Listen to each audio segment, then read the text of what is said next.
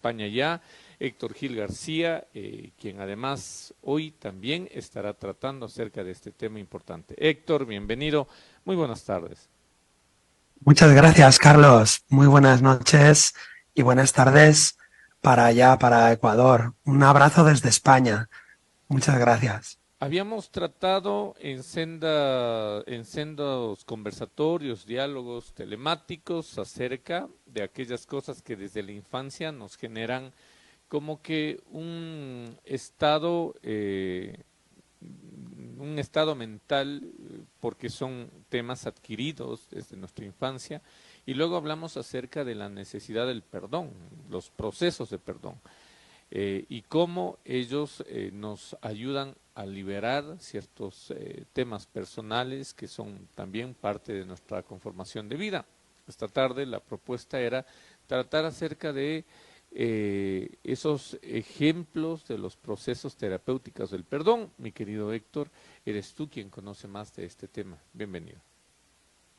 Muchas gracias, Carlos. Un placer.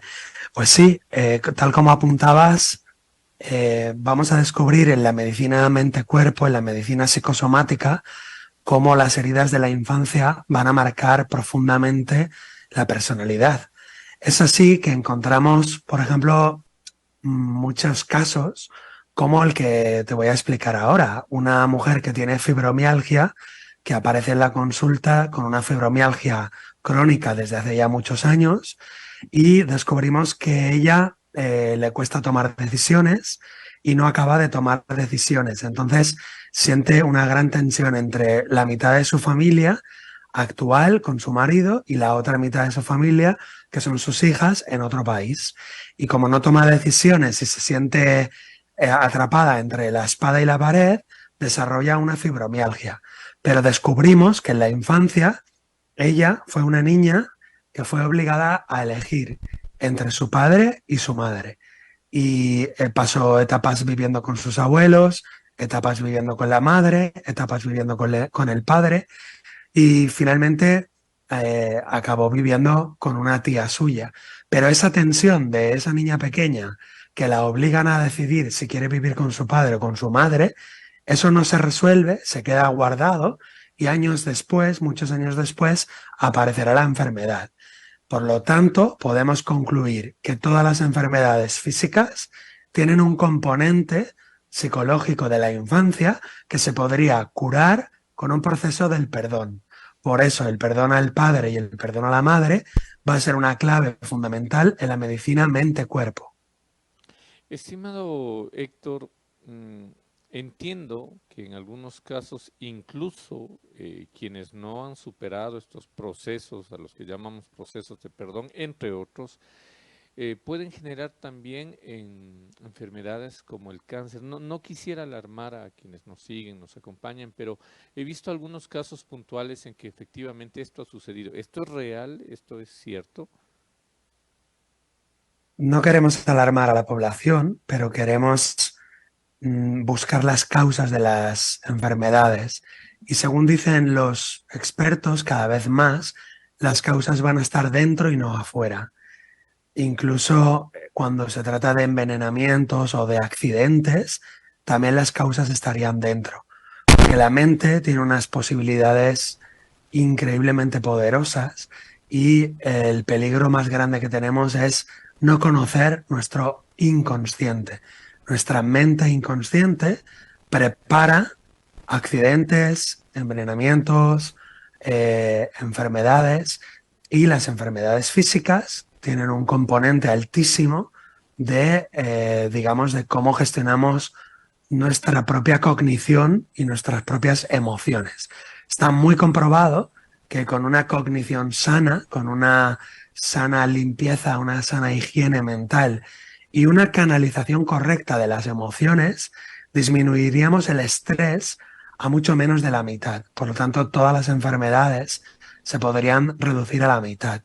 Pero es que además, si a eso le incluimos el poder de la mente inconsciente, pues entonces, sin alarmar a la población, podemos decir que somos mucho más responsables de nuestra salud y de nuestra vida de lo que nos han hecho creer las industrias farmacéuticas, que se lucran muchísimo con todo este negocio.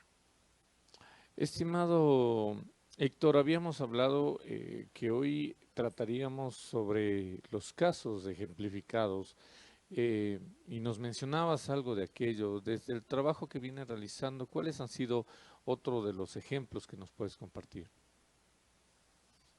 Tenemos muchísimos ejemplos que podemos ir expandiendo a lo largo de horas, porque hay desgraciadamente muchísimos casos de enfermedades que podemos observar la causa en el mundo interior, en el mundo emocional. Por ejemplo, tenemos el caso de una mujer que llega con alopecia, se le cae el cabello. Esto tiene un significado muy concreto y es que el cabello sirve para proteger la cabeza. Entonces quiere decir que cuando el cabello no ha realizado la función óptima de proteger, entonces se cae para ser renovado por otro cabello nuevo. ¿Y entonces esto qué quiere decir? Que la alopecia es un conflicto de desvalorización o de desprotección intelectual. Cuando analizamos el caso de esta mujer, comprobamos que ella tiene un jefe que, según ella, la desvaloriza intelectualmente, la desprecia, no tiene en cuenta sus ideas, no tiene en cuenta los exámenes que ha realizado y por lo tanto ella lo vive con una gran desvalorización y se le empieza a caer el cabello. Cuando vamos a la infancia de esta persona, encontramos también una figura paterna que también despreciaba intelectualmente a esta niña. Por lo tanto, tenemos un trabajo que hacer en la línea del tiempo. Tenemos que descodificar o resolver el conflicto emocional actual, pero también tenemos que resolver y perdonar el conflicto emocional de la infancia. ¿Para qué? Para que esa jarra psicosomática se vacíe por completo. Porque si la vaciamos solo un poco o solo la mitad, cuando aparezcan nuevos conflictos de la misma tonalidad, la jarra se volverá a llenar y se volverá a expandir esa enfermedad. Por lo tanto, una terapia profunda consiste en sanar los conflictos actuales, los conflictos de la adolescencia y los conflictos de la infancia, para asegurarnos que esa jarra psicosomática se vaya vaciando por completo. Tenemos el caso de la alopecia como un conflicto de desvalorización intelectual, pero podemos poner decenas y decenas y decenas de ejemplos.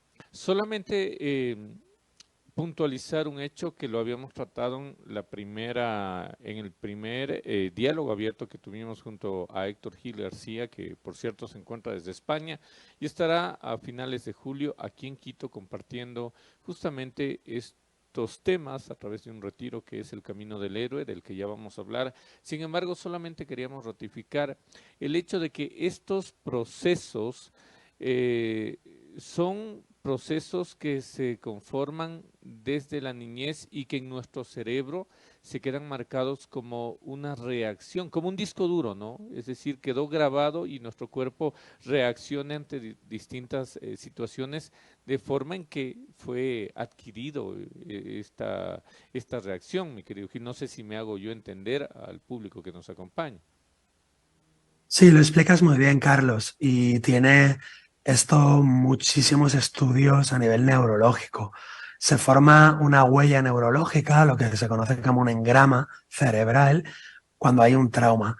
Pero no solamente estaría el trauma a nivel cerebral, sino que también, digamos, en el cuerpo emocional y en el cuerpo mental encontraríamos esas marcas o esas cicatrices o esas heridas. Incluso a través de la regresión en el inconsciente hacia el pasado, podemos encontrar esos episodios vivos dentro de nosotros. ¿Eso qué quiere decir? Que nosotros somos personas adultas de 30, 40, 50 o 60 años, pero dentro de nosotros está el niño violado, está la niña maltratada, está el niño pequeño que le están pegando o que le están expulsando de su grupo de amigos, de manera que todo el pasado está activo en nuestra mente inconsciente. Y esto es un gran hallazgo que tiene 150 años de la psicología analítica de Sigmund Freud y de Carl Gustav Jung. De manera que ellos nos hacen ver que en la mente inconsciente están vivos todos esos personajes que nosotros fuimos y que por lo tanto en la terapia podemos permitir un espacio-tiempo amoroso, cuidadoso, contenido, seguro para que ese niño pequeño o esa niña pequeña pueda expresarse y por lo tanto sanar esa herida. Estimado Héctor, ¿cómo una persona puede darse cuenta que hay cosas que no están solucionadas en su vida y que pueden estar generando una reacción a ciertos momentos o ciertas acciones? De pronto yo creo que estoy sano, que no tengo problemas, pero resulta que luego empiezo a tener situaciones en mi vida que no las puedo solucionar. ¿Cómo se da uno cuenta de que algo está mal? Exactamente en tu pregunta está la respuesta. ¿Cómo nos damos cuenta? Porque se repite. Todo lo que no se resuelve, se repite. Todo lo que no ha sido asimilado, integrado por la conciencia a lo largo de toda nuestra vida, se va a repetir una y otra vez con diferente escenario.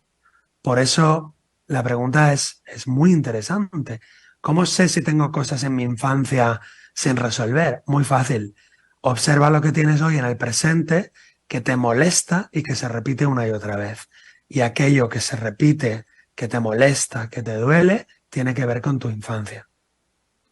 ¿Es necesario entrar en un proceso de perdón aunque el agresor no sea yo?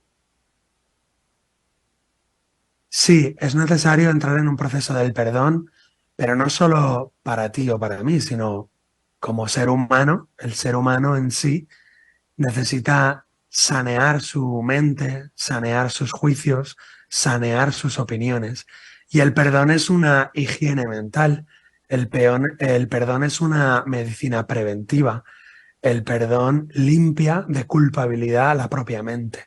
Al quitar la culpabilidad de la propia mente, entonces quitamos todos los decretos de dolor y de sufrimiento que deseamos o que anhelamos para otros seres humanos.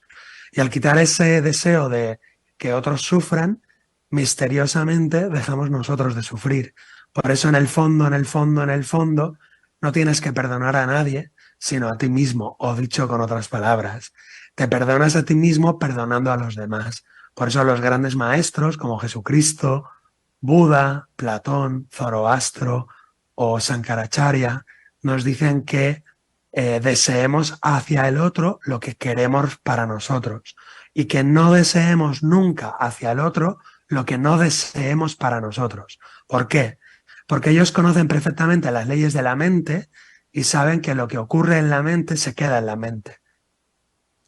Estimado Héctor, ¿cómo el viaje del héroe puede ayudar a solucionar estos nudos críticos en la vida de un individuo? Pues efectivamente, el viaje del héroe ayuda a resolver estos nudos porque el viaje del héroe es un circuito energético, es un sendero para el alma. El alma va atravesando ese sendero como si jugáramos al juego de la oca, ¿os acordáis? El juego de la oca, que es una espiral en el que vas atravesando pruebas, casillas, alguna oca te lleva a la casilla de la siguiente espiral, otras casillas te hacen parar. Pues el viaje del héroe es como ese juego de la oca. Por lo tanto, en cada parada, en cada casilla, tenemos que resolver un asunto, un problema, tenemos que adquirir un aprendizaje o una virtud.